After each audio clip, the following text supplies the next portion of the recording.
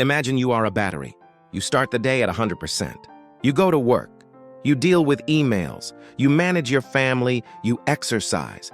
By 200 p.m., you are at 40%. By 600 p.m., you are in the red zone. But the day isn't over. You still have responsibilities. You still have life to live. So you force yourself to keep going. You push through the exhaustion. When you do this day after day, month after month, you enter a state that goes beyond simple tiredness. You enter burnout. Your battery doesn't just drain faster, it stops holding a charge altogether. You sleep, but you don't feel rested. You drink coffee, but it doesn't wake you up. You feel physically heavy and mentally hollow. Welcome back to part 3 of our Neuroscience Basics series, Key Ingredients. We have learned how to build the brain with omega-3s and how to grow it with lion's mane. But growth requires energy, and sometimes the tank is simply empty. Today, we are looking for the cure for burnout. We are exploring topic 26, Rhodiola Rosea for fatigue. To understand this herb, we have to travel to the most unforgiving places on Earth.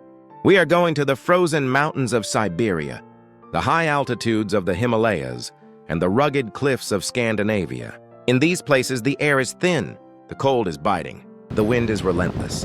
Most plants cannot survive here. They wither and die. But there is one yellow flowering plant that thrives. It buries its roots deep into the rocky soil and produces specific chemical compounds to protect itself from the extreme stress of its environment. For centuries, the people living in these regions, the Vikings, the Sherpas, the Soviet cosmonauts, consumed the root of this plant. They didn't call it rhodiola. They called it the golden root. They used it to row across oceans, to climb Mount Everest, and to endure the mental strain of space travel. Rhodiola Rosea is an adaptogen, just like ashwagandha, which we discussed earlier. But while ashwagandha is calming and helps you sleep like a warm blanket, rhodiola is energizing and helps you perform like a suit of armor. But let's be clear, rhodiola is not a stimulant. It is not like caffeine. Caffeine borrows energy from tomorrow to use today. Rhodiola, on the other hand, makes your energy production more efficient. Here is the science behind the golden root. First, it targets your mitochondria, the power plants we discussed in part 2. Rhodiola creates a molecule that stimulates the synthesis of ATP, the body's primary fuel source. It literally helps your cells generate more power from the same amount of oxygen. This is why Sherpas use it for high-altitude climbing.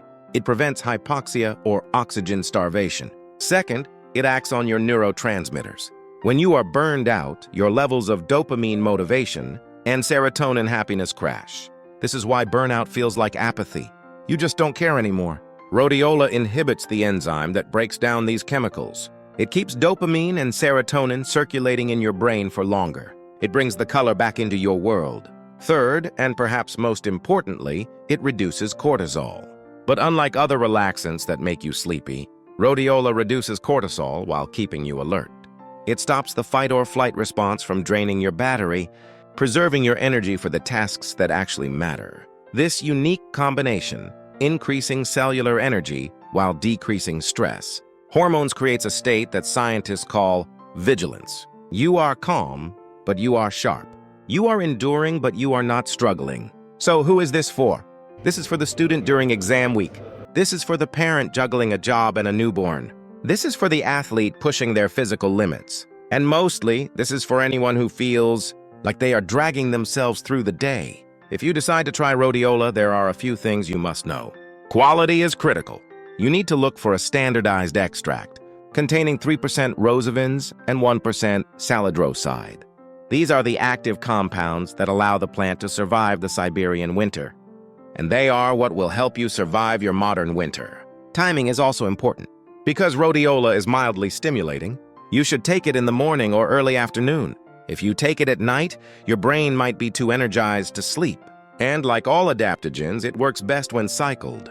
Take it during your busiest weeks and then give your body a break. We have spent a lot of time talking about energy and structure. We have built a brain that is resilient, energized, and calm. But what about the content of your mind? What about the data? Energy is useless if you cannot remember where you put your keys, or if you read a page of a book and immediately forget what it said. In ancient India, scholars used to consume a small plant found in the wetlands to help them memorize massive epic poems that were thousands of lines long. They believed this plant unlocked the library of the mind. In our next episode, we are going to explore the ultimate memory enhancer. We will move to Part 3, Topic 27, Bacopa Monieri and Memory. We will learn how to upgrade your brain's hard drive and improve your ability to retain information. For today, assess your battery level. If you are flashing red, don't just reach for more coffee. Look to the mountains. Borrow the resilience of the golden root. Thank you for listening, and I will see you in the next video.